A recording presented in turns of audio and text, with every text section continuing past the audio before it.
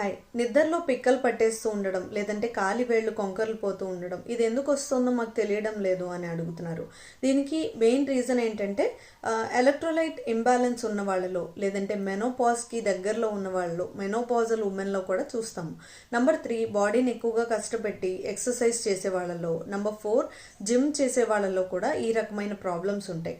లేదంటే ఈ dehydration, day మొత్తం కష్టపడి చెమట బాగా ఎక్కువ వచ్చేవాళ్ళు, డీహైడ్రేట్ అవుతున్న వాళ్ళు, వీళ్ళలో కూడా మజిల్ క్రాంప్స్ అనేది చాలా కామన్. కానీ ఈ మజిల్ క్రాంప్స్ కనుక ఇవి ఓన్లీ మజిల్ క్రాంప్స్ అయితే ఓకే. ఇలా కాకుండా ట్రెమర్స్ అంటే చేతులు షేక్ అవ్వడం, మైండ్ రిలేటెడ్ ప్రాబ్లమ్స్ ఏమైనా ఉన్నా కూడా మీరు న్యూరలాజికల్ ఎవాల్యుయేషన్ అయితే తప్పనిసరిగా చేసుకోవాలి. లేకపోతే నార్మల్గా ఎక్సర్సైజ్ చేసే వాళ్ళలో స్ట్రెచింగ్ ఎక్సర్సైజ్ అనేది కంపల్సరీగా చేస్తూ ఉండాలి.